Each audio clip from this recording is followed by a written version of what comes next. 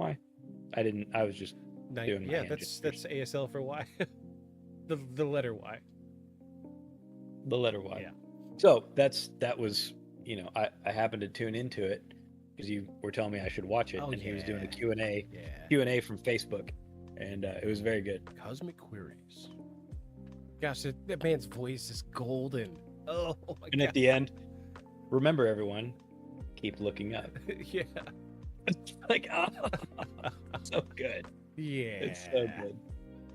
Beyond the Shadows is just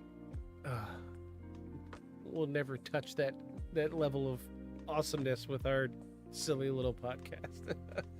No, unfortunately, we try to make up for it in humor. We do, which we don't have a lot of. We try, while we're talking about awesome podcasts, I want to plug This Paranormal Life. Shout out to Kit and Rory of This Paranormal Life.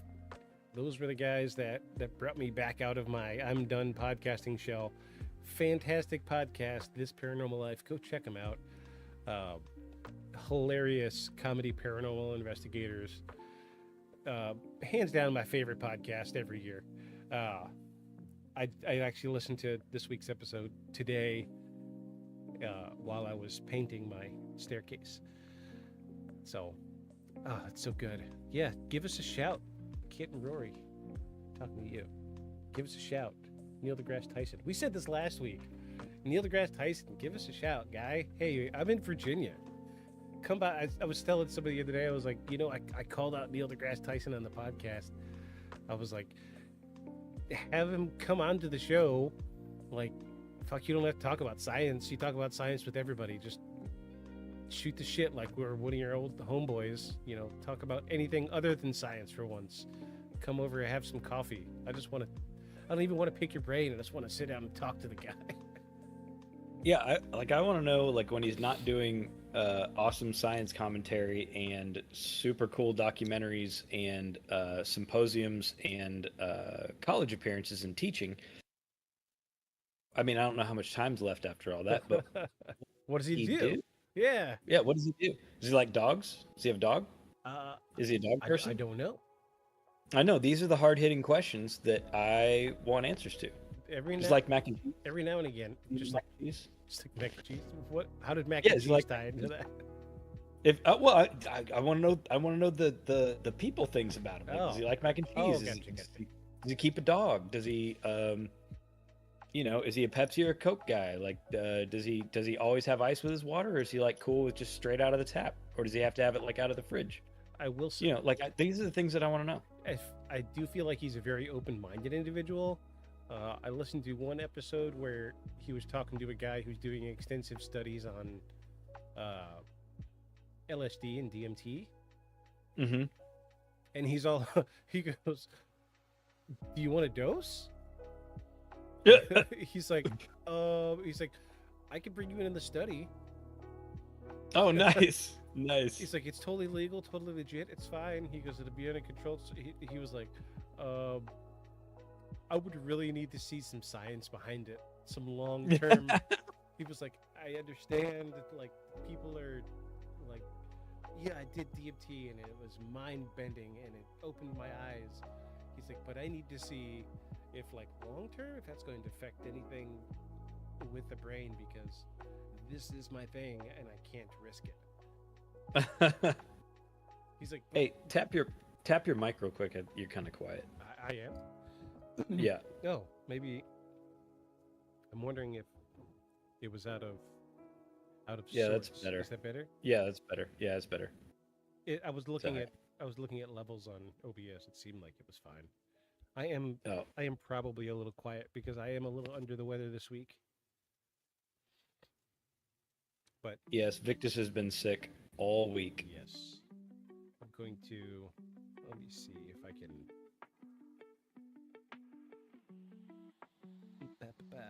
turn up my microphone just a little bit. And then you can edit this out and we can just tie right back into the thing you were talking about. Oops.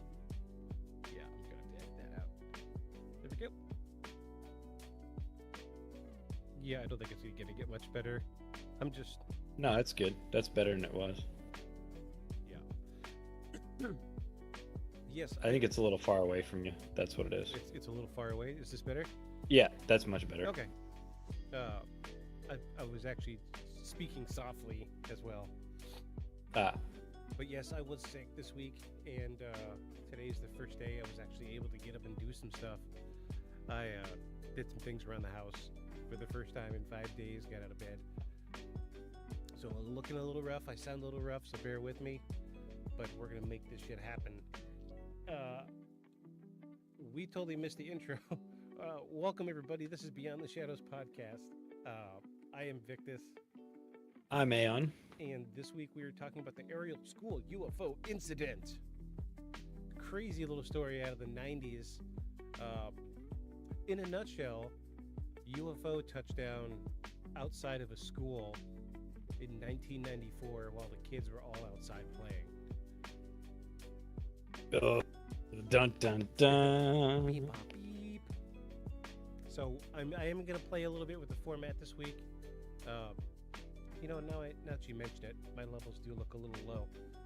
Dude, you're still pretty quiet. Yeah. I don't know what's going on.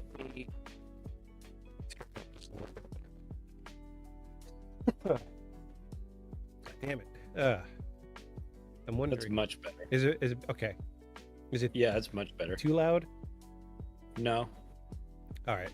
I may have actually. It maybe down a scotch.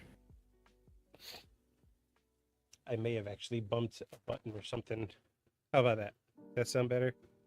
Yeah, it's pretty good. Okay. I may have actually bumped some buttons because the way it's sitting, we've mentioned this before. I have 3 computers in front of me. So I have a desk, a big desk. My laptop sits on the desk. 2 monitors from 2 desktop computers in front of me. But I have the mixer for the microphone is sitting on the desk. But when I put the laptop on the desk, I think I may have actually bumped some of the knobs with the laptop. I have a very large laptop, so very likely, in all likelihood, I may have bumped some knobs or something. But, yeah, so I said it last week. I went ahead and got it. I want to believe poster. The poster. I'm very happy with this. It's really, I'm fucking jazzed. Again, shout out to Kit and Rory at This Paranormal Life. Got me on the bandwagon of wanting cool shit with that have to do with the podcast in the background. They have a whole conspiracy wall in the background of their podcast. It's like a huge bulletin board with like red string and thumbtacks connecting all over, and it's a really cool little thing. I don't watch a lot of their stuff on YouTube because I don't have time to just sit around and watch YouTube, but I get the gist of it. It's fun. I think they just put up some stuff for some recently unclassified documents. They printed off an entire document, and they've got some stuff on the bulletin board now. That's cool. Let me go on a little bit of a tangent right quick. Hold on. So did you know this would have made a great opener? The United States government actually has a contingency for a zombie apocalypse. I think I did know that. I don't know what it is, but I believe I heard that and was like, it sounds like something they'd do just in case. I think we've talked about it. Okay. Many years ago. But yeah, there's actual I don't know, like, I couldn't give you like numbers of a file to look up, but full contingencies, what to do if a zombie apocalypse happens. And I did read a little bit of it, and my favorite section of this contingency plan is what to do in case of zombie chickens. Yeah, nice. Yes, it's actually, the government took time, paid somebody money, and took time to figure out what to do in case of zombie chickens. To think tank zombie chicken. Did you still have your zombie survival guide? Oh yeah. Yes. I still have a copy. in case you people didn't know, This is the the rifle crossed with the machete is the cover of the Zombie Survival Guide. I am a hardcore zombie fanatic. I am the guy that when shit hits the fan, you come find me. We will survive. Yeah, we are fully ready and have plans in place. Oh yeah. If I lived in the same town as Victus, I would already know where to find him within the first hour of like on the news. Yes, it's zombies or the first brain that he sees getting eaten. I already know where he's going to be. Yeah. Also, my only thing is I don't know which place you would pick as a holdup. Are you a get out of towner or are you a supply hoarder? I'm a hoarder, hands down. I would I would hunker down where I'm at for now, feel the situation out, and there's a couple contingencies I would take into, I would, if shit got hairy, I would move my way out of town a little bit. I know some places I can bug out to here, but I'm near the ocean. Yeah, on a peninsula. Yeah, so realistically, we're probably a little safer than most places right here. So my plan here is, at least in the short term, would be fill both SUVs that we have after raiding the store for food. And there are 3 mega houseboats out on the lake here, like mega, like bigger than my 3-bedroom house I used to have, like in college, that I had like 2 other roommates with. Yeah. Bigger than that, on the water. I know between the automotive stuff that I've done and the age of those boats, there is no way I cannot dry start those things and get them off the dock, right? Get them out away from the dock. Yeah. And I'm not like talking like I want to cruise around. You get it off the shore. It has a radio. It's a boat. Yeah. It's gonna have a radio. Get it off the shore and then chill out for a bit while you figure out what is going on. Yeah. That would be my first plan. Especially if everybody's running around being crazy. I mean, I've already got stuff in place here. I mean, I've got my entire property's fenced off and everything's practically on solar power now anyway, but that's another episode. Tangent. Holy tangent, Batman. 17 minutes in, we haven't even talked about a UFO yet. So, we got some good stuff for you this week. This is, without a doubt, Africa's most heavily documented and experienced UFO phenomenon. More people have seen this specific thing that happened than anything else in the history of Africa relating to UFOs and aliens. So I had heard about this one, whereas I had not heard of the Phoenix Lights. When you said you wanted to do the Phoenix Lights, I had heard somebody tell me about this one.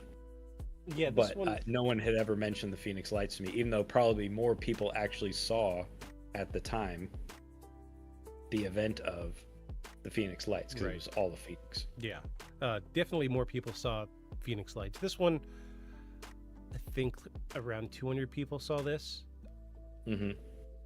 which a drop in a bucket compared to the Phoenix Lights. But this was, in a nutshell, group of kids are outside playing at the playground during recess. Teachers are inside because they're having a meeting. UFO lands. Like right in the yard. Yeah. I seen some maps saying that they were around 200 feet away. But then I've seen some where they're further away. So I'm guessing somewhere between 200 and 500 feet away from where the children were playing is where this UFO lands. Pretty close. So that's shorter than a football field. I broke down this week's episode in time because good. It's good to know what happened in the time frame, I think. Yeah. It helps you organize a picture in your head. Right. So the The Ariel School UFO incident is a well-documented event that took place in September 16, 1994 at the Ariel School in Rua, Zimbabwe. I'm probably horribly mispronouncing this name. Rua, R-U-W-A. During the morning break, a group of around 62 school children reported seeing one or more silver objects in the sky and on the ground. The children described seeing beings associated with these objects, which they described as having large eyes, wearing tight-fitting black clothing. And here is a detailed breakdown of these events as they were reported. Are you ready to take this trip? I am so ready. It has been all I could do not to go and like sneak looks on the internet between last week and this week after you told me, and I already knew that I had heard about it. I was like, nope. Yeah. I really wanted to. So if y'all are listening, and this is, episode 7, we're still playing with the format a little bit, trying to see what works best. I have found personally, fully writing out a script does not work that well. Me just sitting here reading is kind of boring. So I gave myself some loose bullet points. Excuse me. And this week, I'm doing a time-based bullet points. And hopefully this will stimulate conversation. And if not, we do have some evidence this week. We have a few photos of drawings that the children have made. And we have I like evidence. We have the original 1994 news interview with the children. Oh, we have drawings of the children's made? Yes. Oh, that'll be good. That'll be good. So I like that. So, a little anticipation for you. What's coming? We've got drawings the children made, 3 of them, I think, and then we have the full 8-minute interview from a local news station in Africa from the 90s that they interviewed the children. Okay. So we have the actual children that saw the UFO being interviewed. In the interview. Yeah. Oh, okay. Yeah, that'll be good. That'll be good. So this should be good. This should be real good. So around 10 a.m. local time, school break begins. The children are out in their mid-morning break playing outside in the school grounds. So about what you'd expect. Just a group of kids. They're outside playing. I think the majority of them were playing soccer. This is Africa in the 90s, so soccer was a big thing. Rugby was a big thing. I'm sure they were doing one or the other. Schools in Africa. 10 a.m., right? 10 a.m. I'm going to draw this out for myself. Okay. Legit. Keep going. Sorry. I need liquids. I'm very dry. All right. Kids are outside. So this is somewhere around, what did I say? 60. There's about 60, 62 to 74. It was hard to find a solid number. It seemed like every article I read came up with a different number of kids. Right. 62 was the most consistent number, so I'm just going to stick with 62. So 62 of these kids are outside. From what I understand is like the teachers were in like an administrative meeting. Okay. But they still wanted to do school that day, so when they went and did like their recess break, that's when they did the administrative meeting. Okay. So all the teachers are inside. So all of the children are outside. And if I understand this correctly, it's not like you would think a school here in America would be. It's like, I'm sure it's not. It's like little kids plus like early teenager kids at the same time. Right. It's all the grades in a single sort of schoolhouse thing. Right. So okay. 62 children, all different varying ages. And at 10:15 a.m. was the initial sighting. Some of the children noticed a bright, shiny object in the sky, and they described it as a silver disc-shaped object that descends and lands in a brushy area just outside the school perimeter. So, the map that I saw, I had a hard time tracking down like the actual photo of this map. I pull it out. I use it as a reference in my brain, but it's like the kids were playing in this rugby field or soccer field, and one looks up and sees some silver object, and it's like, hey, look at this. So all the kids gather around, start watching it, and that's when they notice that there's one on the ground already. Oh, in the bushes. You mean because they looked that direction? Yes. Okay, so the one in the bushes is in the same direction as the one in the sky, Yes. just below it. Yeah. Okay. But I'm already getting chills.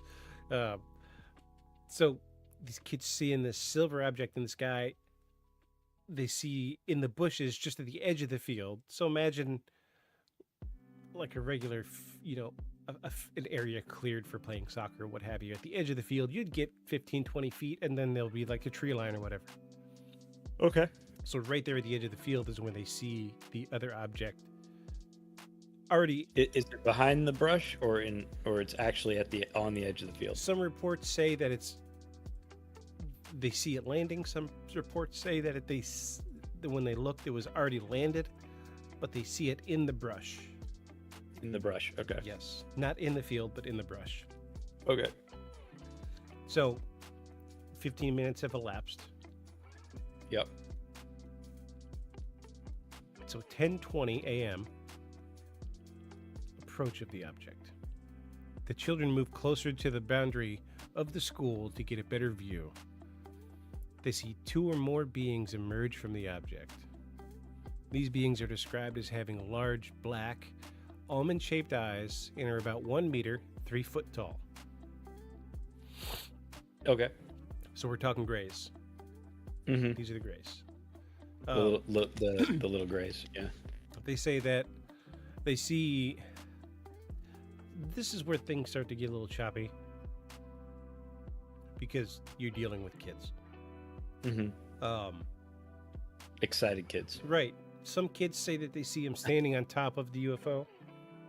Some say that they're seeing 2 or 3 milling about in the trees and poking around in the bushes. Some say that they see through the windows dudes standing in the UFOs. But they all describe the same thing. So the same ship, you mean? The same ship. They describe Gotcha. all of these aliens as looking the same. I think that. Oh, I see. I think there was one that just was like way off the beaten path. Like, no, it was a praying mantis. But I think that kid was just, I didn't see shit, but I just want everybody to feel like I'm involved. So, 3 foot tall. Yeah. So we're talking about your standard gray, except these guys are wearing tight-fitting black clothing. So the way they described it, it's like a jumpsuit, but there were no seams. Okay. Okay. Yeah. Makes sense. So about what you'd expect, in the 1950s, what you would expect an alien to be wearing. Right, except black instead of sparkly silver. Yeah, the long spindly fingers. I am Klaxor. Beepity beepity beep. All I can think about is that what was that scary movie with Leslie Nielsen where they were ripping off signs? Oh. And all the aliens show up at the end. Yeah. And they were doing something happened, like he kicked him in the nuts or something, and he's like, "Oh, that's how we say hello." And he turns around and kicks his buddy. Yeah, that's right. He's like, and the whole time the alien's over there, and he's got his fingers in Leslie Nielsen's mouth, and he's like, "You think that's strange? You should see how we pee." And he goes, "Whoop," and the pee comes out the end of his finger. And he's like, after you've had it in her mouth. Oh my god. That scene lives rent free in my head. Constantly. You think that's strange? You should see how we pee. Practical effects. They'll never get old. All right. So 5 minutes later, 10:25 a.m. Interaction with the beings. The beings are observed moving around the area where the object had landed. Wait, what time? 10:25 a.m. 10:25. Okay. Yeah. The beings are observed moving around the area where the object landed. Some children report telepathic communications, receiving messages about the environmental concerns and future of the Earth. So this is a consistency. A lot of cases that involve aliens and UFOs, where contact is made between an alien and a human. I say alien, I mean extraterrestrial, excuse me. Right. It seems like the people that have the most contact with extraterrestrials are always like, yeah, I've been talking to this person from the planet Klaxor for 7 years now, and they keep telling us to, stop building nuclear weapons, or we need to stop burning fossil fuels, or we need to reverse the damage we've done to the planet because we're destroying the planet. This is a consistency in just about every alien and UFO encounter that you could think of. So that's true also of the folks that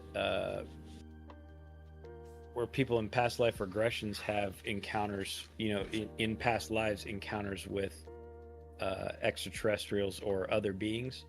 They're always very concerned about what we're doing to the planet. Yeah. And some of them weirdly have past lives as other types of beings. It's much less common, but it's a common thread. It's just it's less it happens less often. Yeah. But they always talk about being on these planets where that sort of thing, things like pollution and that sort of thing, they've already moved past it. Yeah. Like fossil fuels and stripping the earth and stuff like that. Right. They've already moved past it. Yeah, it's get yourself a bucket full of UFO and alien encounters, and scoop you out a handful, and odds are a good majority of those handfuls in your hand somebody's gonna be like, yeah, I've been talking to them and they're telling me to stop killing the planet. This is the message we're bringing to you. Very consistent. Yeah. But here's the kicker, and this is my favorite thing about it. This is 1994. Oh, right. And these are kids in Africa that are saying it. So global warming wouldn't have been a topic of discussion for them. No, not really. And really not even like nuclear stuff, because that was another thing that gets brought up is with extraterrestrial encounters is like, you stop using nuclear weapons, you're just going to destroy your planet. Right. That would probably be the only thing these kids would know, because, surely in their school they talk about, the atomic bomb. But one would assume, but maybe not. I think that would be the extent of the only piece of information that they would have that would tie in, that they would be given that would tie into these extraterrestrial encounters. So I don't know if they're making that up, where they got it from. Mm-hmm. You see what I'm saying? Right. Yeah, their general content wouldn't encompass a lot of that. Is what you're saying. It's not like they just jumped on, I guess it would have been AIM at the time. AIM. AOL Instant Messenger. It's not like they jumped on, AOL and Googled, what are right. Yeah, access to information was much less. It wasn't near as easy or prolific, for sure. And so this piece of information is one of my favorite pieces, because kind of in an isolation chamber. Yeah. So, and these are kids. You'll see later when we get to looking at this video, these are kids, man. Unless there's somebody at this school telling these kids what to say. Right. Which is possible, but again, this is 94 in Africa. Yeah, it's possible, but I guess there's a lot of holes for me, because I don't know what the social implications are of saying things like this. I don't know if there's a whole lot of excitement over, UFOs previous to this. In Africa, almost none. Well, I assume that they've watched some American movies, right? So, is there a whole lot of hype about, UFO stuff, because if you get, American movies, even, popular or unpopular, you're gonna come across, if you're a big consumer of American stuff, Yeah. which I'm sure is, there weren't a lot of movies being produced there locally, you're gonna get, some UFO alien stuff. I mean, especially in the 90s, man, a lot of movies were about encounters in it. But that's what I'm saying. I wonder if any of that is really all that big of a meme for them. Right. It does it matter that much, or is it just an interesting show that Americans made, or are they like us, where people see those movies and they're like, oh, that could be true? Like, I don't know the cultural feel there. Right. And I have no idea. Something else that it's hard for me to say. Something else to take into account is the age difference between some of these kids. Right. So imagine like a middle school kid is not really going to be hanging out with an elementary age school kid. They were there. Right. But these kids, despite their age gap, all had the same story. Mm-hmm. Although I wonder, in a one-room school, like a condensed schooling like that, I wonder if the social dynamic, I mean, I'm sure there's a lot of social dynamics that are almost exactly the same as us going to school. Like, older brothers don't want their little sister hanging out with them while they're trying to hang out with the guys. Like, I'm sure that's not any different, but I don't know as far as, friends across age gaps. I have no idea. I mean, this whole situation is so far outside of my worldview. I have no idea. Right. There's a lot of details, admittedly, that I don't have. It is hard to find stuff like that. Like, I couldn't tell you a social dynamic setting of a school from 1994 in Africa. Right. I mean, I don't know that it mattered. I'm just saying, that the stuff that motivate us, I'm sure is a little bit different. And what I mean when I say that is, I find this almost more believable, than a school like this reported it in America. Yeah. Because we definitely have a fever for it, and kids in America grow up on fantasy. I mean, I did, you did. Yeah. Though it's never led me to be like, oh, that thing that moved past the trees was a UFO. Right. I'm still a skeptic anyway. But I find this somehow more believable because, again, also it's, they're not in, like, if I remember right, it's not like a heavily populated area. It's not like they could just go over to the news station, like, easily. Yeah. That's like just go down a couple blocks. Like, here, I know right where the news station is. It's like 6 blocks. Yeah. To where they're doing it, or pick up the phone or whatever, if I wanted to tell a story like this. So they also probably had to go quite a ways out of the way to even talk about it. Yeah. The news video we're going to see later is actually BBC. So okay. So locally there was no reporting. Oh, okay. So yeah, so even more so. But enough talk happened that somebody from BBC came over to Africa and interviewed these kids. Wow. So that's a lot. Yeah. That's a lot. Okay, so we were at telepathic communication. Yes. We're at 10:25. The beings observed were moving around the area where the object landed. Some children reported telepathic communication, receiving messages about environmental concerns and the future of the Earth. 10:30 a.m.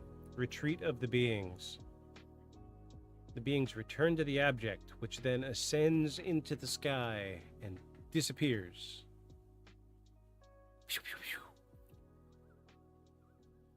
So that's it's only 30 minutes. Yeah. Huh. And so none of the adults ever came out and saw this while it was happening. I think some reports. I remember hearing something about, like, okay, so there was a lot of shit going on. So imagine a group of 62 kids freaking out because a fucking UFO just landed. Right. They're going to make some clatter. Right. Someone's going to look outside. Right. And surely, kids of that age, which you'll see later how young they are, kids of that age not all of them are going to just be like, oh, this is really curious. Look, it's an alien or a UFO. Some are just going to freak the fuck out, man. Yeah. Between 62 of them, yeah, you better believe it. Some of them are freaking out. So there are reports that like some teachers went to the window and saw something, but by the time they made it outside, everything was gone, and there was just a puddle of kids freaking out. Okay. Okay. So 10:35, 5 minutes later, the children are in shock. Some are crying, and they quickly run back to the main school area to tell teachers what they've witnessed. So the oh shit is set in. 5 minutes later, 10:40 a.m., the teachers initially dismissed the children's stories, thinking it's a prank or overactive imaginations. But so they don't believe. They don't believe you, yeah. Surprise. I mean, if it were me, that many kids telling me this, they saw something land like that, you know, I would have been like, fuck, close the school. Let's get the hell out of here. You know, I mean, maybe kids are jerks everywhere. You know, saying crazy stuff to their teachers to mess with them. I mean, I don't know. UFO's a little outside of what I would have done, but I did plenty of things to mess with my teachers. I'm sure kids are jerks everywhere. 11 a.m. This is 20 minutes after the teachers blew off these fucking kids. More children come forward with consistent descriptions of the event, prompting the teachers to take the matter more seriously. The headmaster, Colin Mackey, is informed, and he begins to gather children to hear their accounts. So, in the span of 20 minutes, dealing with adults, them saying, oh, you're just being children. Right. It escalated so quickly that the headmaster of the school was like, okay, something had to have happened. And so he starts sitting down and talking with individual students, getting all their accounts. I think he actually fills several notebooks that he later published into a book. Oh, wow. And that's where we get a lot of these, their accounts? Yeah, I think this is where we get a lot of the drawings from. Okay. Because what he was doing was he was interviewing these kids, because there was no way in an official capacity that they could interview these kids effectively. So he was, I want to say I heard something in reporting where he was like an investigator somewhere, or he's got a background with it. Oh, for something else. So he knew like good protocol when it came to investigation. So he was like, okay, write it down. We're going to get individual kids in here, not as a group. And I'm going to sit down and they're going to describe what they saw. They're going to draw what they saw, and then isolate him from the rest of them. Bring the next one in, do the same thing. So that way. So before the stories cross-pollinate too much. Yeah. So he did his due diligence kicked in. You know, kudos to this headmaster. Cool. He was able to verify a lot of information because of this. So by 11:30 a.m., the headmaster, along with some teachers, inspects the area where the children said the object landed, but found no immediate evidence of disturbance or landing traces. So they didn't see anything in the brush. They didn't see like bent over trees, bent over grass, nothing. No, I feel like there were reports of like depressions where landing gear would have been. Mm-hmm. But I know so many UFO cases. I feel like they're bleeding together a little bit. Yeah. Yeah. I get that. I feel like there were reports of like something was like, that could be, a UFO foot came down and smooshed to this, but right. I don't think there was anything conclusive. But I mean, the grass was laid out. It wasn't. No, it wasn't like a crop circle was left. Not like. Yeah, none of the electromagnetic stuff that they claim from crop circles and that sort of thing. No, it would have been really nice like to have. Static. Yeah. It would have been really nice to have just like a flattened area with the, a Polaroid of the aliens. An impression of the ground that looks like a big inverted nipple from from the saucer landing. A Polaroid of the aliens doing a selfie with the school in the background. Given one of them's giving the shocker. What's up? What's up? You think that's strange? You should see how we pee. I've been seeing so much stuff of Ryan Reynolds and Hugh Jackman promoting Deadpool, like them on. They were on Ozzy Man. Yeah, you know who Ozzy Man is. So they were on Ozzy Man and some other stuff, and the most recent one I saw was just Hugh Jackman somewhere, like not in makeup, still a little jacked from the movie, but definitely, obviously not still in the workout routine. He's just like doing this. I'm like, there's nobody around. It's him, there's a car, and then there's some town. He's like, you didn't even know, bro. Just throwing the shocker. Oh my god. God bless you, Hugh Jackman. All right, so no disturbance or landing traces. Yeah, nothing definitive anyway. So this is where our time-based timeline breaks down. We start to space out, and things get, they wrap up quick, but we don't have much in a way of timestamps from here on out. Okay, that makes sense. So the incident attracts. How did also, first of all, do these kids have watches? Watches? Yeah, how do they have these, like, by the 5-minute increment, like, breakdown of how long this took? Or was it just that the teachers were in the meeting that long? Like, how do they have this such a timeline? I feel like the timeline was probably built by the headmaster. Because he seemed to be the only one with any type of investigation background.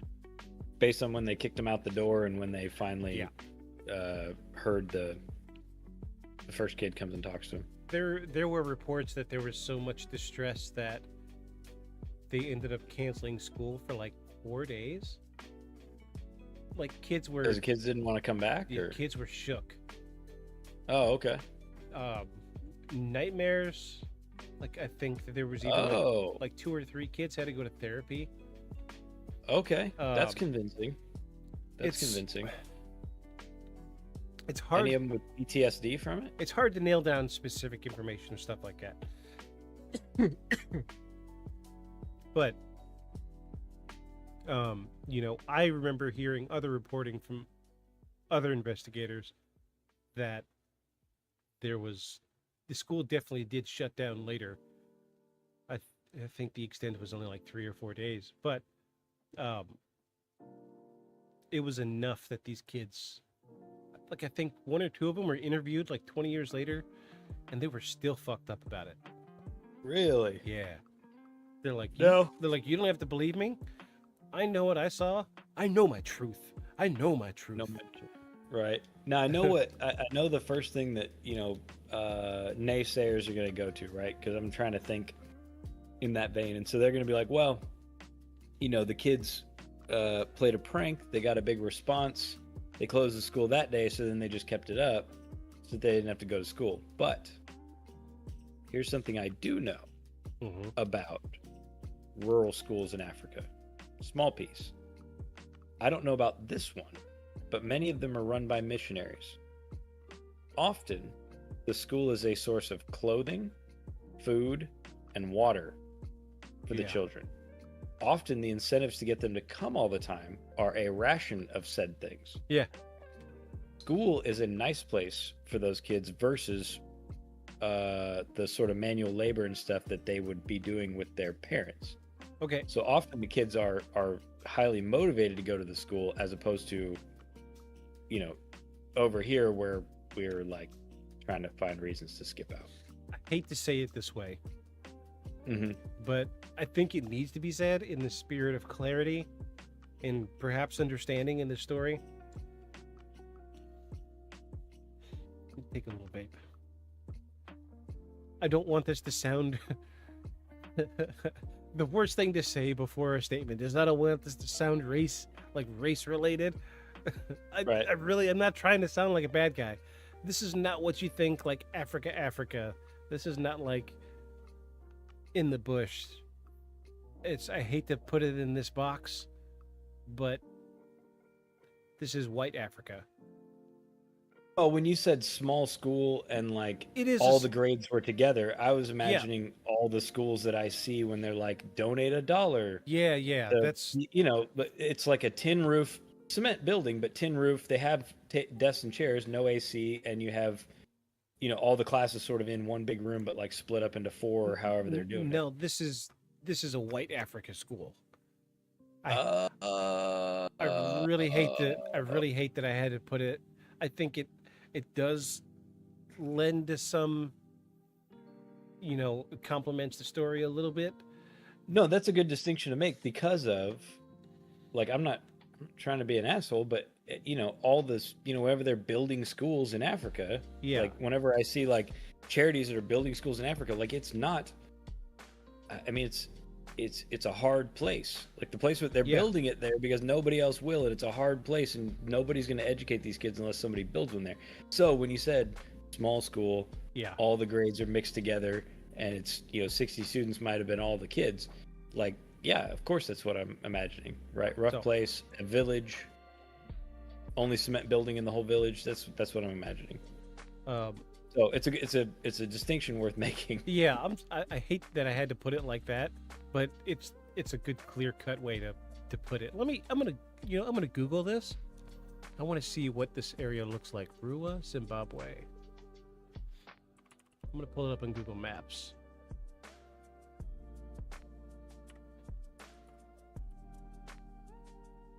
Oh.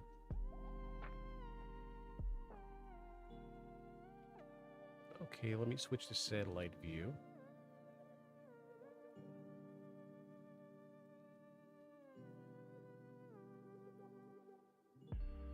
I lost it already. Wow, very densely populated. So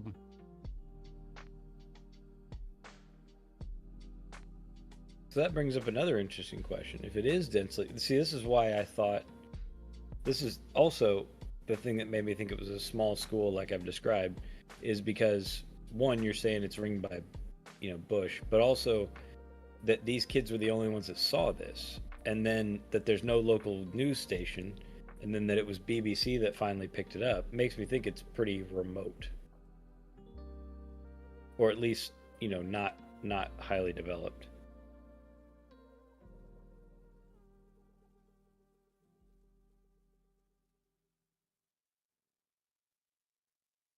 Rua, Zimbabwe.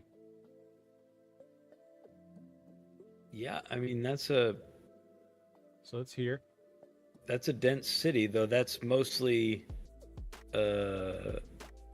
zoom in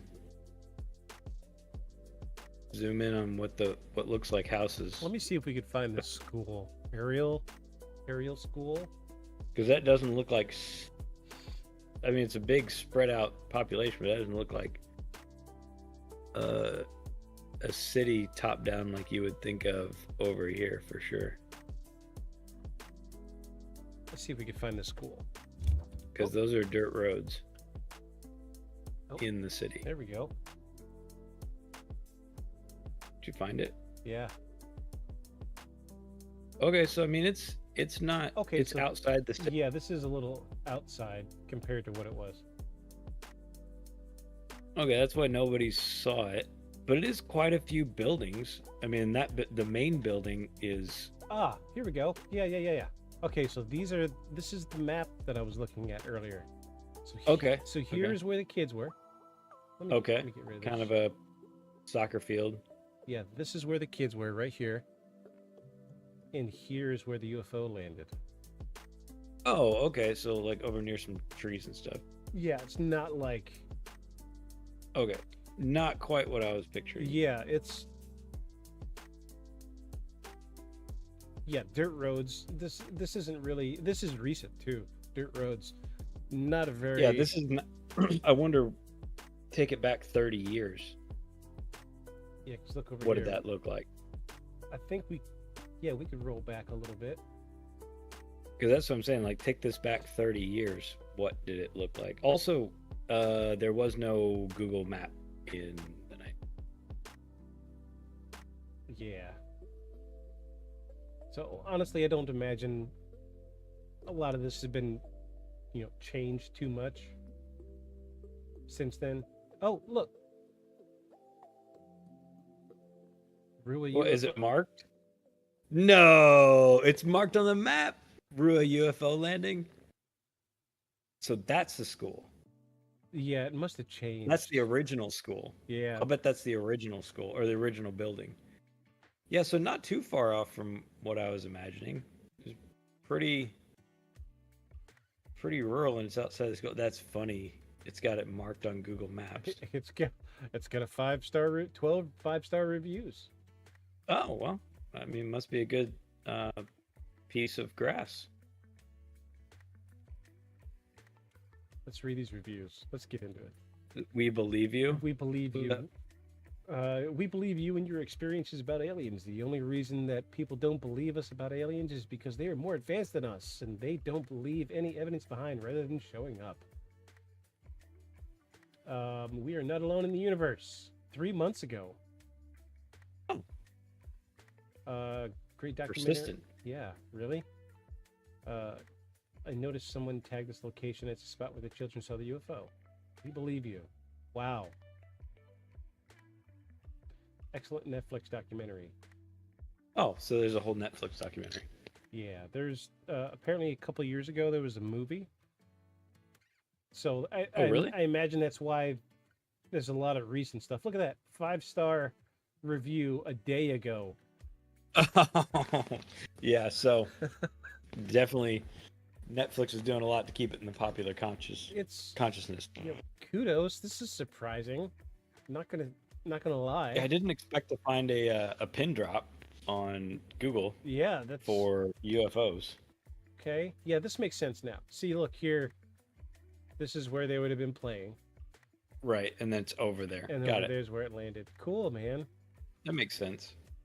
Also, now I want to search Google for UFO pin drops.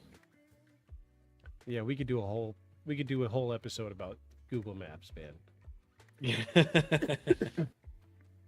It really wouldn't be difficult. My favorite stuff is the stuff people find on Google Maps and they're like, look, I found this secret thing. And rarely is it a secret. You seen the thing where it's something they've never seen before. I don't know if it's like edited photos or what have you, but it looks like Godzilla in the water. I'll go down this rabbit hole. Hold on. I did see one recently that was out in the desert. Dude was posting, it was out in the desert, and the photo looks like kind of like a Millennium Falcon like blacked out area on the ground. And then around it, he's not wrong. Around it, there's about 10 or 15 tanks. In like sort of a circular crescent formation around this, like what looks like an elongated Millennium Falcon black spot there. But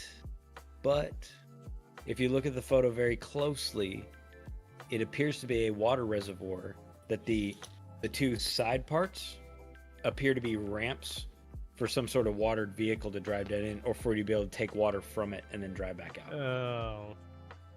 Yeah, but it is, I mean, when you first come across it, you don't get in, all the way down. It's super freaky, but it looks like it's a depot or a firing range. Oh. Like to fire on those tanks. Yeah. That's what it looks like. Because they do not look like there's no recent tracks going to where they're at. Oh, yeah. And you can see other tracks, but you don't see any tank tracks. Like they've been there for a while. Yeah. So it looks like, I don't, it was somewhere in New Mexico, but I'm like, oh, it's in New Mexico, and you found tanks that look like they haven't moved in forever. You know how many live fire ranges there are for the U.S. military out in New Mexico? I was like, I think you just dropped onto a live fire range that they don't have blacked out. There you go. Let's see. I'll pull this up. Also, one of the biggest shames of Google was when they limited how far you can zoom in. Oh, yeah. Because you used to be able to see what people were having dinner on the table outside. And people got freaked out about that. and they limited how far in you can zoom, or the resolution on, even when you zoom in all the way, they've limited the resolution. But the truth is, the satellites they have, you could actually see what's on somebody's plate outside if they're out on their back deck. Yeah. Because the same cameras that they use for Google Maps, part of what funded getting those cameras up in the air originally, since you had to have the U.S. government launch them at the time when they put up the first ones, is those same satellites. The U.S. government has first rights to time and hours on them. So at any given moment when they're shooting, Google Earth pictures, the U.S. can commandeer the satellite. They pay them, right? But they can commandeer it on a second's notice and use it to track somebody. Reallocate it to somewhere else as an agreement to putting it up in the first place. Oh, well, yeah. So it does belong to Google, and Google, built the satellite. U.S. government launches it for them, with the understanding that anytime they need to reallocate the satellite, they can. Now, anyone else can also buy time on those same satellites. Right. It's very expensive, but they just allocate, and they just budget the money over once, based on how many minutes they use it, and then they get to have it back. So that's the dark side of all these all this imaging of the planet, at least by U.S. companies. Generally, they also are direct access to the U.S. government, because it's a cheap middle ground to putting up a shitload of our own spy satellites. Yep. Mm-hmm. Plus better tech. Oh yeah. Better tech. The stuff they roll out for U.S. government. Oops. I am sorry. It's always. Oh, is that the Godzilla in the water thing? Yeah, I'm sorry. I didn't realize that was going to be full fucking blast. Damn. No sound. I'm just going to let it play.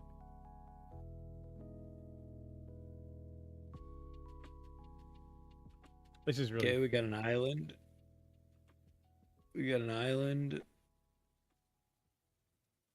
Still an island. He's looking for it. We got a street view from a passenger ship. Oh. Huh. I think it was... That is what it looked like. I think it was... It looks like a... It had to have been fake. A promotional thing. Yeah, it looks... Because it looks exactly like the one in the movie. Yeah. Like the one in the... Not the most recent ones, but when they brought it back. With what's his name from Breaking Bad as the dad in it. Yeah, it looks like that Godzilla. Yeah, I'm a sucker for this. Cool though. I'm a sucker for it. Any hoots. Way off subject. Oh, what do we got left? We have... Okay, I've got a few sentences left, and then we'll get into some evidence here. Okay. The following days, Dr. John Mack, a renowned psychiatrist from Harvard University, and other investigators arrived to interview the children and document their experiences. The children's accounts remain consistent and detailed across multiple interviews. Based on dude's notes. Yeah. Oh, okay. So he compared with what the headmaster collected with a Harvard University psychiatrist. Oh. And everything stayed consistent with these kids, which is hard to get out of kids, by the way. Right. Unless it was super impactful for some reason. Let's look at some pictures.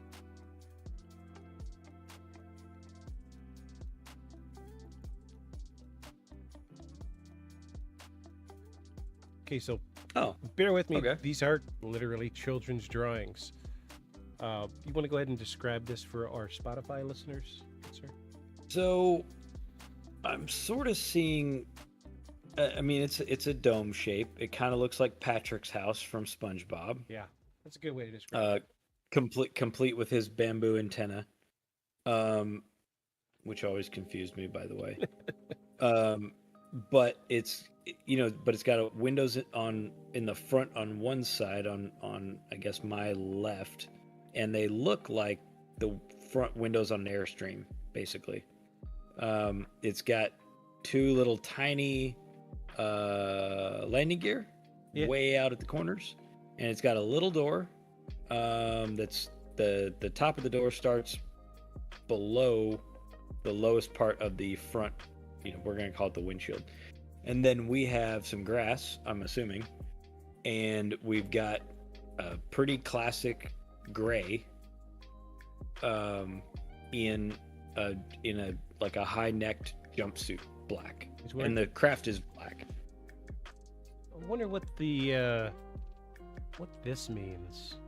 The colors. I was assuming that was grass or like the tree or the brush, because it fades from like red to orange, yellowish, like fire almost. Yeah, I mean that's also possible. It's interesting that the kids reported that aliens standing in different places, because they're not the only ones to do that. There's other reports where two people are standing there and say they saw the same thing, but they both disagree with each other about exactly like the exact position of objects. Yeah. Right? Like the ship in relation to the guys, in relation to whatever they were doing.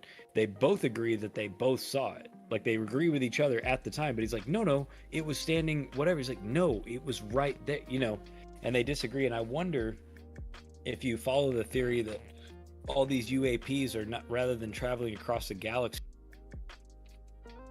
So it's interesting that they say they reported seeing them in different places, and they disagree about the exact layout of where guys were standing, where the ship was, etc. Right. Because if you follow the theory of some, that UAPs, rather than being something that traveled interstellar, right, like from an actual other galaxy to our galaxy, given at least our understanding of the constraints of physics, no matter what you do, the problems with that. There's another popular theory as well that it's not that, they're just phase shifting, either out from another reality, and that's really what this ship does, hence why they can travel and move the way they do, because they're not propelled maybe necessarily by a propellant, but they're propelled by actually phase shifting from a place to a place, right? So it would make sense that if these things are phase shifting, right, it may not appear the same to every observer unless you're standing in exactly the same spot. Right.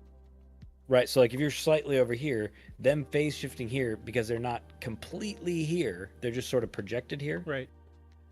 That it wouldn't necessarily look consistent to everybody. You'd still see them. They're still there. And they're still there in a way that sort of makes sense. Like one's not just like, half in a tree. But hand gestures. One's not just like half in a tree. They're actually there, but that because it's a sort of interference pattern that they're making to cross through, that it would sort of appear differently. Kind of like a mirage looks different if you step 30 feet that way. Right. They're substantial, but the way it's transported is much like instead of a trick of light, it's a trick of matter and energy. Right. I'm with you. So I find that interesting that everybody reported it slightly different. Well, let's look at another one. We have. Yeah, let's see some more. We have 3. Oh, okay. So this one, written on it, says it was silver shining. And I assume they mean the craft. And it was oval shaped. This one has very long landing gear, long spindly landing gear, and a long rampway coming down from a door that's in the very center of the craft. And this is more like your classical, like toroid donut. Yeah. Saucer, no cap on top or anything like that. It's a frisbee. It's a disc. Whereas the last one was, like I said, more like a dome with a flat bottom and short little legs. But those details may be the artist, not the account. Right. It's hard to say. This one doesn't have any color either, so I don't even know whether the color matters in the last one. All right. Well, let's flip over to our last. This one's a little bit better. This one's actually really good. So this one is another toroid donut-shaped one with a dome on top in the middle. Very classic UAP, UFO thing. Except it's got trees in front of it. 2 trees, and there's the line of trees, kind of like they just, are the only trees that are in that area from the map we saw. It's got 2 little angled landing gear, more like, classic accounts or rewrites are like encounters, close encounters kind of thing, with a shape that I'm gonna guess is supposed to be the alien. Yeah. But there's no face. It's just all black. It's all black and it's little. And there's little either windows. They look like port windows running around the bottom edge of the saucer. And the whole thing is very rounded. Like there's no edges to the saucer. It's like I said, it's like a donut. They may be lights. I don't know. But they look like, since people reported seeing them inside the windows of the craft, I'm going to assume those are supposed to be windows. But that's very different from the first one. But I will say the three are similar to each other. Yeah, they are. They all have spindly legs that the thing's sitting on. They all have a rounded saucer-like shape. And this person seems like, to me, someone who either draws more or draws things that they see more often than, like, say, the first one. Yeah. The first one was like, have you seen the meme where the guy, the graphic artist or graphic designer has taken all of his children's drawings of animals and makes them into real animals? Yeah, makes them into real animals. The first one is like, it's like the dolphin, where like the fins are all on the same side and like, the head's a box. It's like same age group. Yeah. Same age group. Okay, so we're going to run this clip. This is from BBC, to give full credit to BBC. It was recorded and interviewed by BBC, but it was aired locally in 1994. If you want to holler and stop some stuff at any point in time, just give me a shout and we'll pause and talk about some things. Let me go ahead and get this queued up. We were playing down over there. Okay. This will give you an idea, kind of like the demographic. Unfortunately, we do have German subtitles. So right. Here you go. Well, there's English subtitles over top of that. So there were some that started up at the beginning. But yeah. So the demographic, these are, there's like 4 black children and like 15 or so white children. Yeah, boys and girls. It's a uniformed school. These kids are wearing uniforms. So they're all wearing Gilligan hats. Yeah, strange choice of uniform, but okay, I get it. They all look like they're at the Steve Irwin's School for Zoology right now. All right, here we go. If you can't hear it, just give me a shout. I'll let you, and I'll turn it up. On the log. Yeah? And then we saw something shiny, so we all ran down over there. And it was in the early morning? It was at break time. Yeah? And then we saw something shiny. And we saw two people. They were in tight black suit. And they had big eyes. And we didn't actually see their nose. It was quite small. And their mouth was quite small as well. One of them was running in slow motion up across the ship. And the other one was standing beside the ship. Yeah, you... Oh, you see the picture she's holding? Yeah. Oh, look at the alien face. Dang. So that's interesting. She says that one of them appeared to be running in slow motion across the top of the ship. So that plays again into what I'm talking about. Yeah, like shifting in and out. Right, shifting in and out. Like this almost like, because if you were gonna, I mean, again, not like I've phase shifted matter and energy somewhere, but I have to imagine that when you're messing with, I mean, not empirically.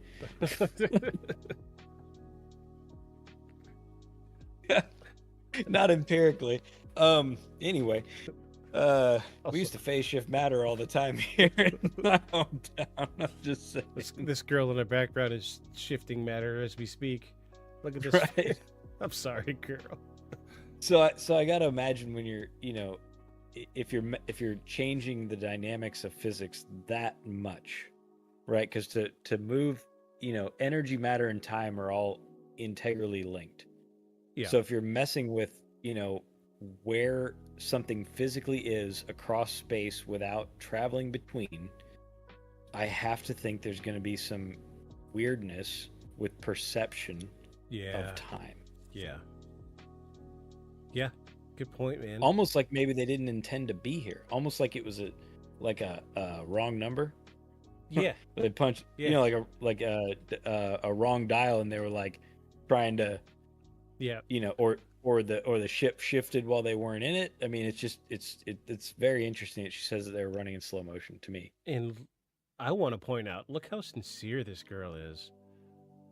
Oh yeah, and none of the other kids are like laughing or snickering. Like they are like, look, lady, like they all have very serious child faces on. Yes, it's a strange face for a child to have. Let's get back into it.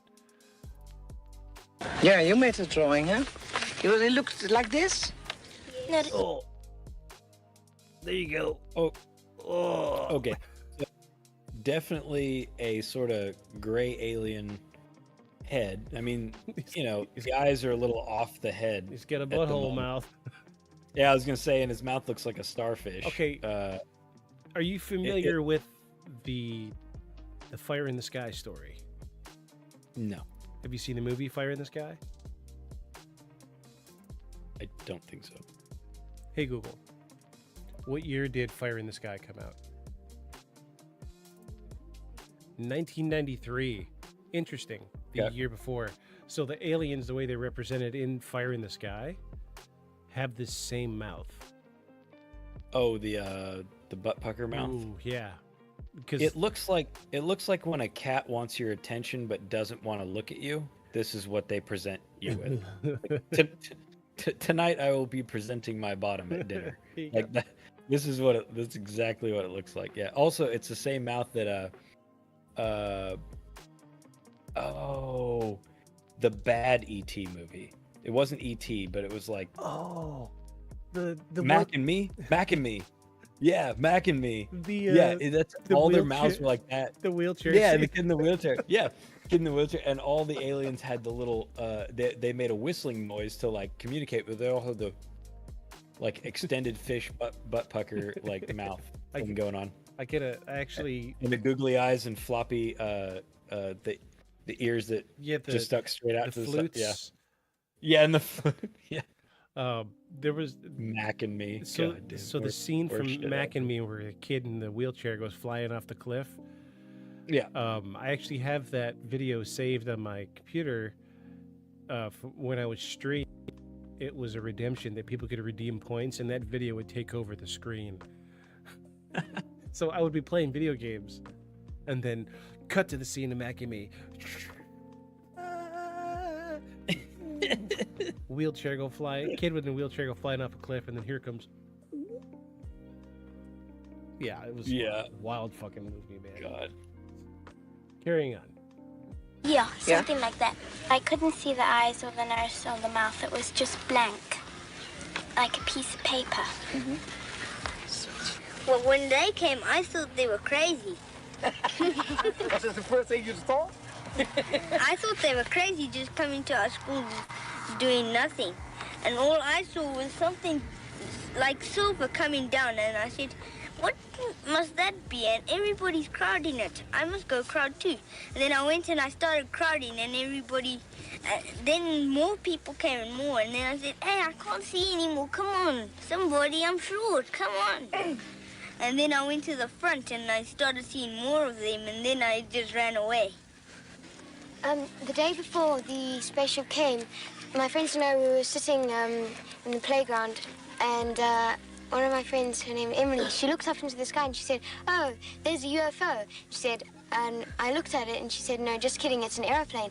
And we looked up and I thought to myself, that can't be an airplane because it was very shiny. It looked kind of like a cigarette, you know? It was a long thing, and then on the end it was all shiny. And so I said, maybe it is a UFO. So we were all kind of like getting scared now. And then the day that it happened, then we started thinking, yeah, there must have been a UFO in the sky. Because my brother also saw it, but he's left the school now. It was sort of like a round shape, sort of like a plate, sort of like two plates that were sort of like on top of each other. Then there was sort of like the hole, the hatch for it, and there was sort of like in between two trees. But you couldn't see that clearly, and it was just silver all over. That kid. That kid looks like he's seen some shit. Like, right? The last little boy that talked, I was like, you don't know. You're just joining because everybody else saw it. You didn't see nothing. I do get that vibe from a couple of them, but like, yeah, but that kid seems like he's really trying to tell you, like this kid. Yeah. But yeah, the last little boy, I'm like, you didn't see nothing. You're just trying to cut up. You just want to be on camera. Yeah. Whatever. But yeah, he does. He seems like he's really trying to see, like these kids here in front were smiling and looking at each other. This one, he didn't smile once. Like he's like, this is what I saw. Like the way he described it, 2 plates put together. That's how I would have described it if I were a kid. I didn't see any men or something like that. You saw one UFO? Okay, here we go. So his drawing is a lot like the third drawing that we showed. With the row of windows. Yeah, row of windows behind 2 trees, same. And with a dome on top and 2 little spindly angled landing gear. Yeah. Like that is exactly like the other drawing. I mean, there's a few details different, but I mean that if you showed me both of them, I'd be like, oh yeah, those kids saw the same thing. Yeah. Yeah, these are interesting. I like this. It's also got a yellow submarine vibe going on. Yeah, and the UFO's wearing a sombrero. After he said that it was shiny and silver. I guess that's a good way to show shiny. Yeah, gold. Yeah. That's surrounded by little ones? Yeah, one big one. One spaceship. Yeah. Little ones around. Yeah, let me see. Let me see your drawing. One big one. One big ship and then small ones around it. Okay, so we just got a rapid fire of like 3 different pictures, and they are all very similar. Except this one. This one shows 3 ships. Yeah. But again, the saucer ship with the lights around the rim, and I guess the lines are for the shiny. Yeah, they're consistent enough that I feel like these kids have seen the same thing. You know. Yeah, and a door in the middle. I mean, they all share a lot of the same elements. Definitely, and you know, they're kids. How well are they going to be able to draw? So this is compelling. I'm really enjoying this. This was a good idea to pull this video. It with there were lights. Yeah. Surrounding the ship. Like Sean's, huh? This is Sean's. So that one is similar to the first picture. Yeah, it's got the like beetle dome. Yeah. With little bitty short legs underneath it. Huh. Drawing. Yes. Yeah, basically. Yeah. And okay, one landed, the big one landed, and the 2 aliens came out. Yes. And what happened with the little ones? The little ones, they were just flowing around in the air. They didn't touch the ground. And that these made the silver lights?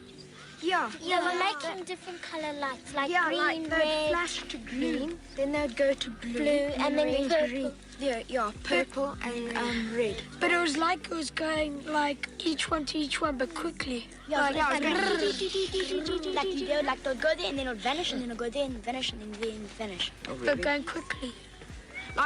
That's a very, very particular way to describe something. Well, and the one kid was even like recalling the order.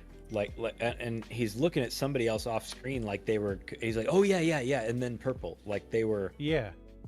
Like the order was important and they remembered it. What I like is these 3 guys here in the tan telling the same details, but all 3 of them are talking over each other, giving the same details. So it's not like and there's some of the older kids. Yeah, it's not like they're feeding the details to each other. They're like, no, this is what happened, but all 3 of them are saying this is what happened at the same time. Yeah. Very compelling. Yeah, that's really good. Yeah, and they're, like I said, they're definitely some of the oldest kids in the group. Yeah. As well.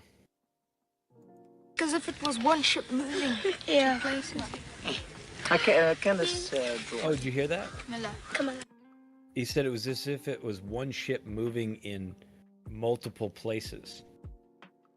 Again, the phase shifting thing, man. Yeah. Like it can't, like it's not quite there. It's there, but it's not there.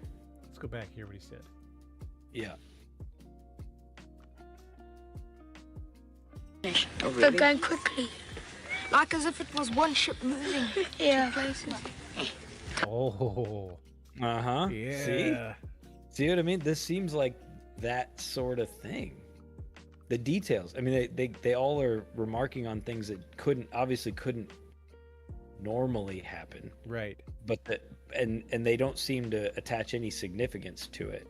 But everybody, the slowed time, the ship seeming like it's here, but it's over here, but it's here, but it's over there, and the guy, each person reporting the guys in different places.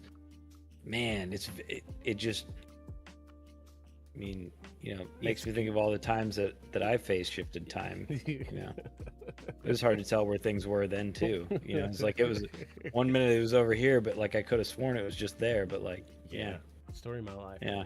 Yeah. All right, we're about half through this thing. Let's go. Okay. Okay, Candace drawing. Miller, come on. Were they yellow? No, I didn't have a silver crayon, so I did it. Okay, so that answers the question with the yellow UFO. Yeah, that makes sense. Yeah, silver crayon's just called gray. Yeah. Yellow. Unless you had the sweet box set. So, but what happened? You came home and you told your parents.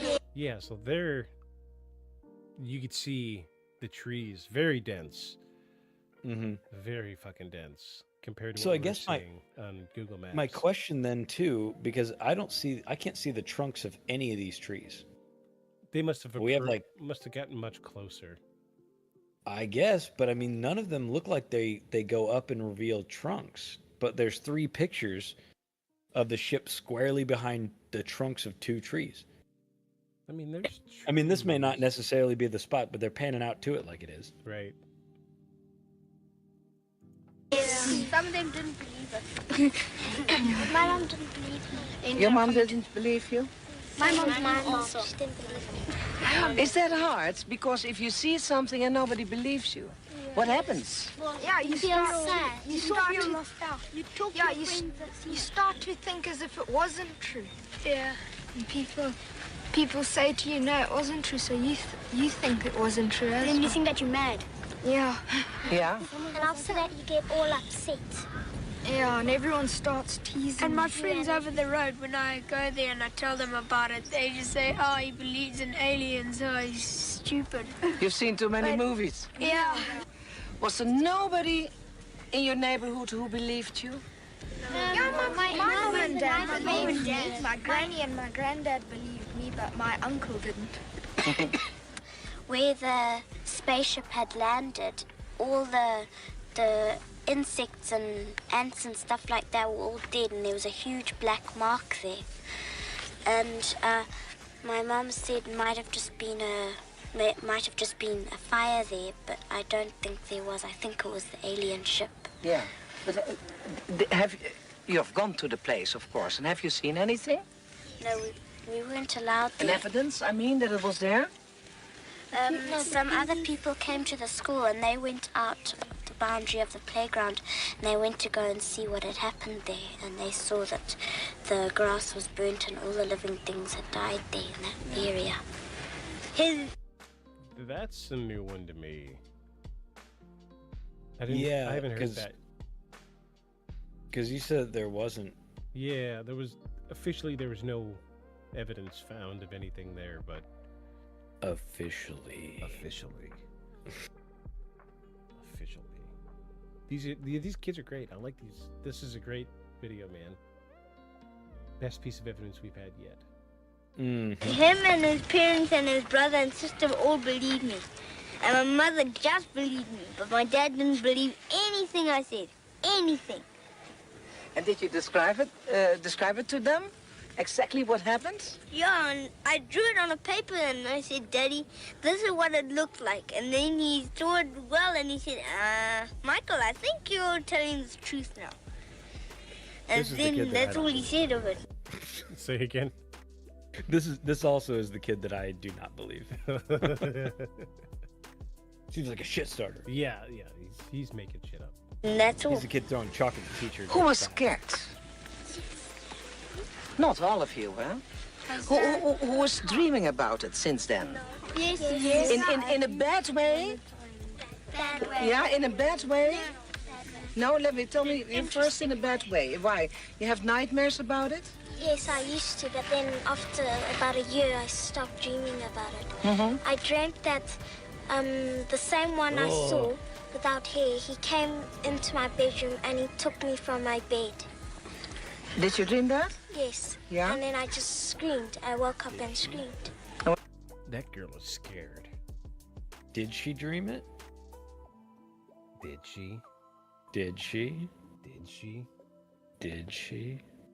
Did she? Did she? Did she? She's scared though. Look at her face, man. This Yeah. Between the older kids and this girl, I am convinced. Yeah. Yeah, she's a very earnest little girl. Yeah. Yeah, at that age, you can't really hide your facial expressions very well. Unlike this one back here, fucking cheesing. I'm on TV. Right, you notice the ones that aren't talking. Yeah, those are the ones that are smiling. Yeah, and didn't see shit. Didn't see shit. Didn't see shit. I'm saying. Well, she just kept on saying it was a nightmare. She didn't really believe me. I wasn't scared a bit.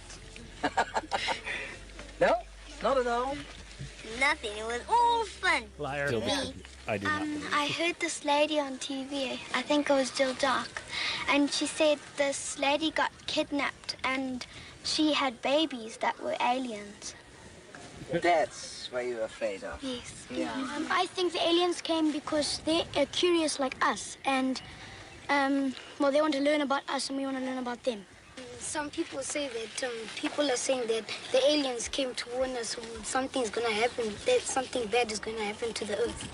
Yeah? I think they came here to try and warn us that the children that because we're young, Got a long time. we've got a long time till we die.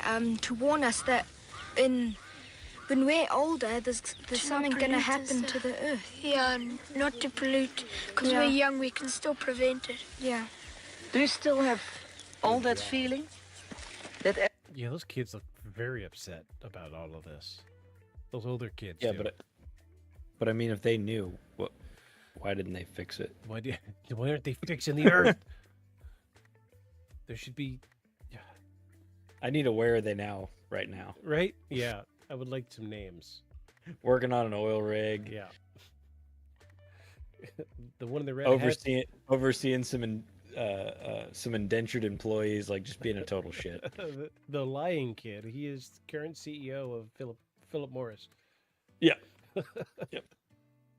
as a child you can do a lot? Yeah, I have it. Yeah? Do you feel, as a child, do you feel privileged? Or do you think, next time if the UFO is coming, please go to another school? No, I feel privileged. You feel privileged that you saw it? I'd love them to come back and you could see them again. But only this time closer. What do you want to say? The other thing I want to know, when are we going to be on TV? The liar. Same said that. kid. The liar. That's Same his, kid. That's I his called name. it. I called it from the beginning. I don't believe a word he says. Nope, I don't either. Same kid. Same kid. The rest, though, very credible. Him? Yeah. No. Here we get No. 10 No seconds shot. left. I'm sure it's just 10 seconds of laughing. Yeah. All right, you are on TV. We sent you the cassette. Yep, 10 seconds of laughing. Called that one. So, The cassette. in conclusion, the Ariel School UFO incident remains one of the most compelling UFO sightings due to the large number of witnesses and the detailed, consistent accounts provided by the children. No definitive physical evidence was ever found, but the psychological and anecdotal evidence gathered has intrigued researchers and enthusiasts for decades. So, what do you think?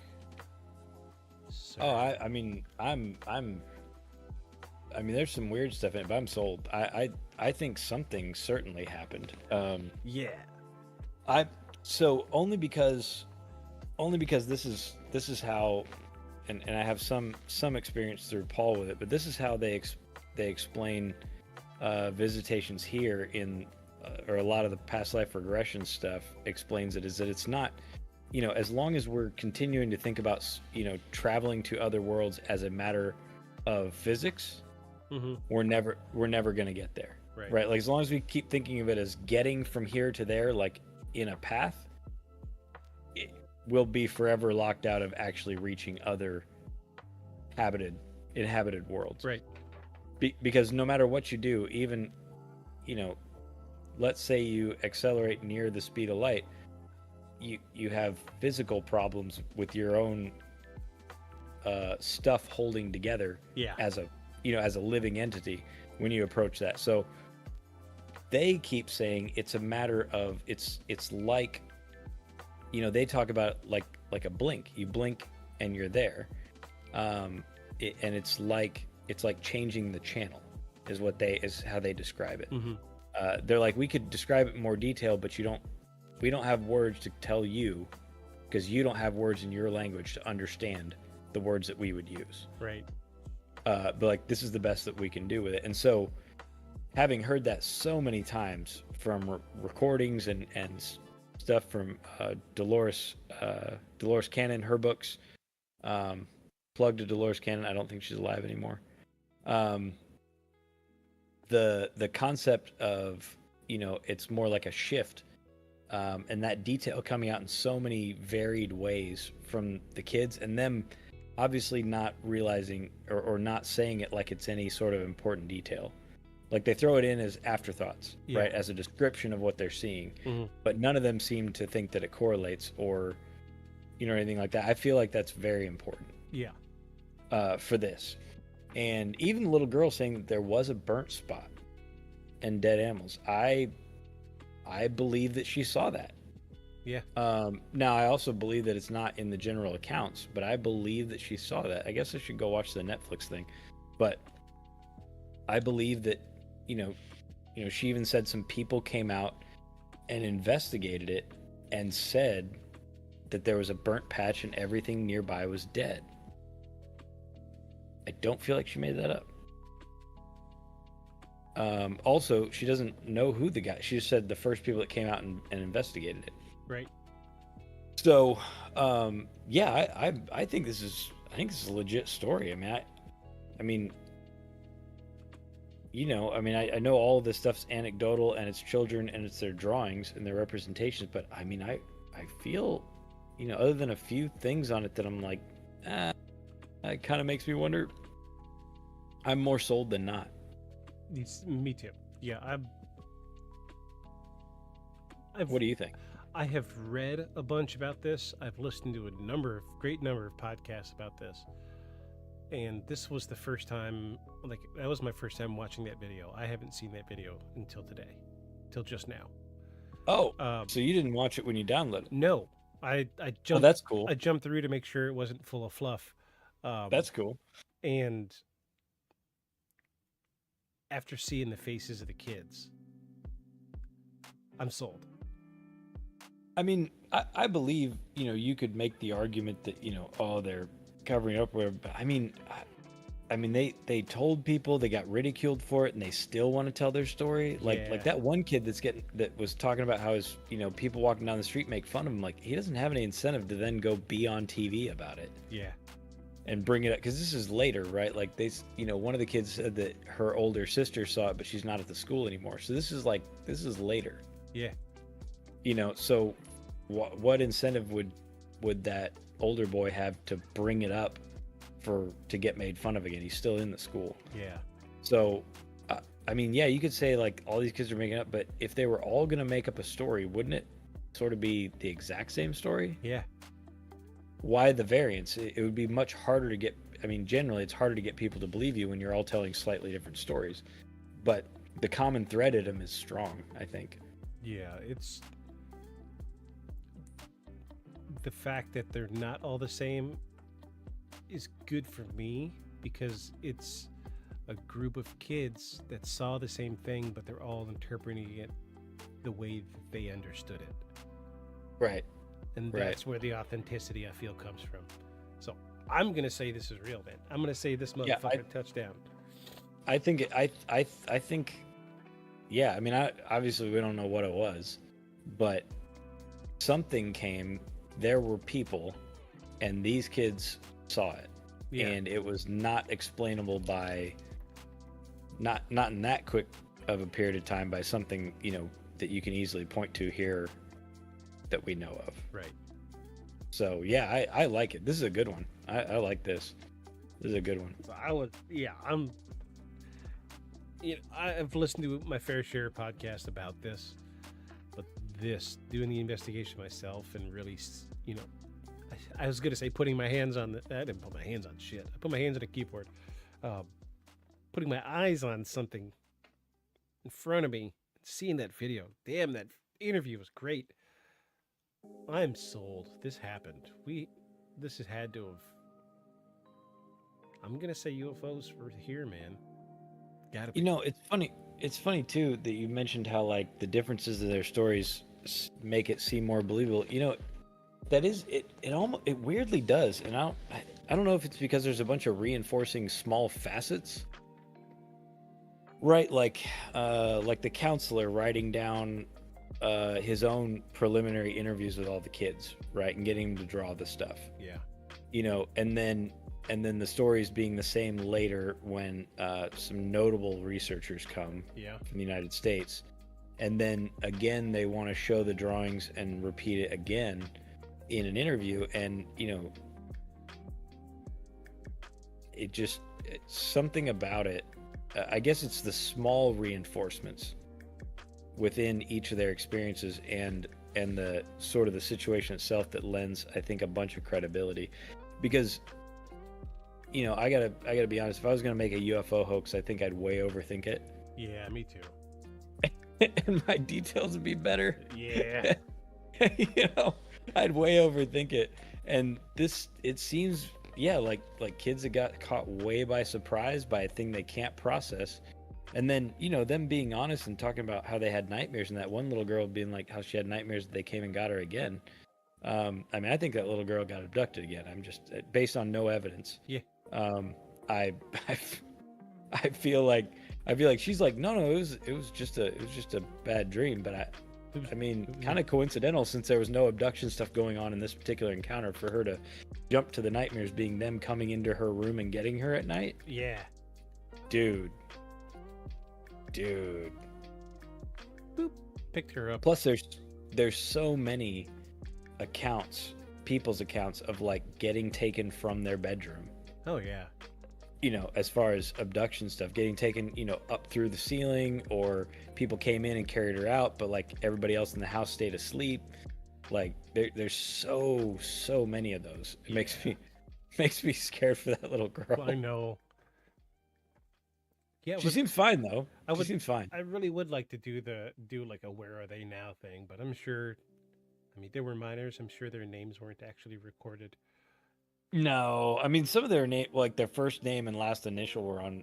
I mean, Brian. Like this one, Brian Robbins. Yeah. So some of them are, but that doesn't help you find them. But yeah, I would be interested.